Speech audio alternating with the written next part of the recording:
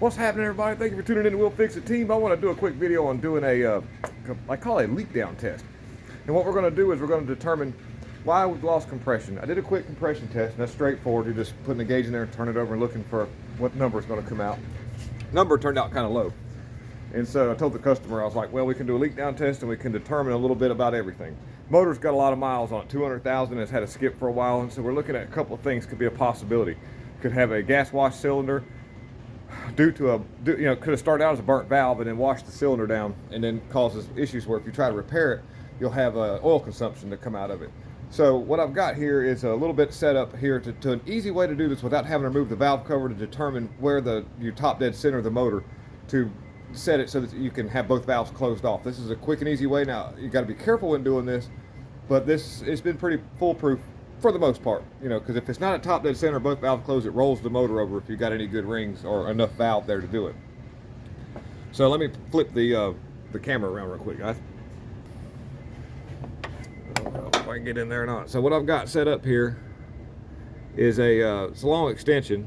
A wooden dowel works fine. I just don't have a wooden dowel. I'm using this funnel to listen into the crankcase right here to see if I hear it blowing out, which I do. It's actually got a little bit of both going on here. But you can really hear it coming out of one of the intake valves.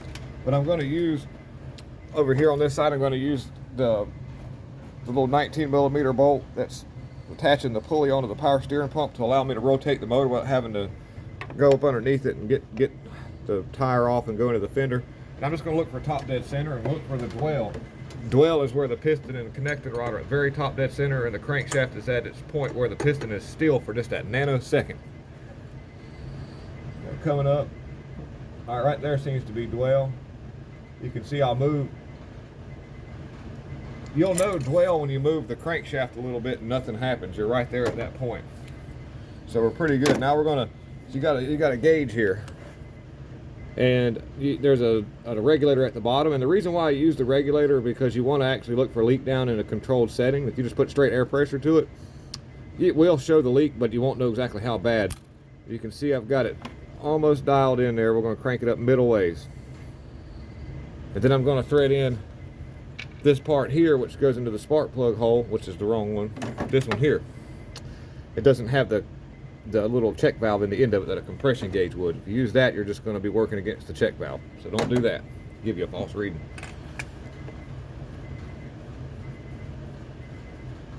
And just going to hook this up here. I'm going to watch the gauge. And you can see in the control settings it's showing a high leak down. See if I can get can y'all hear this? Okay, that's coming out of the breather tube.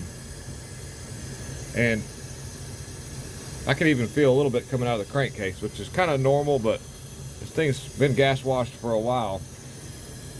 So that's how we're doing a leak down test. You can put more pressure to it and really hear it. We see the controlled settings, and then we're going to see what it looks like this.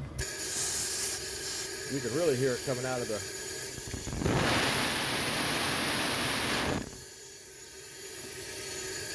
So that's pretty much it there.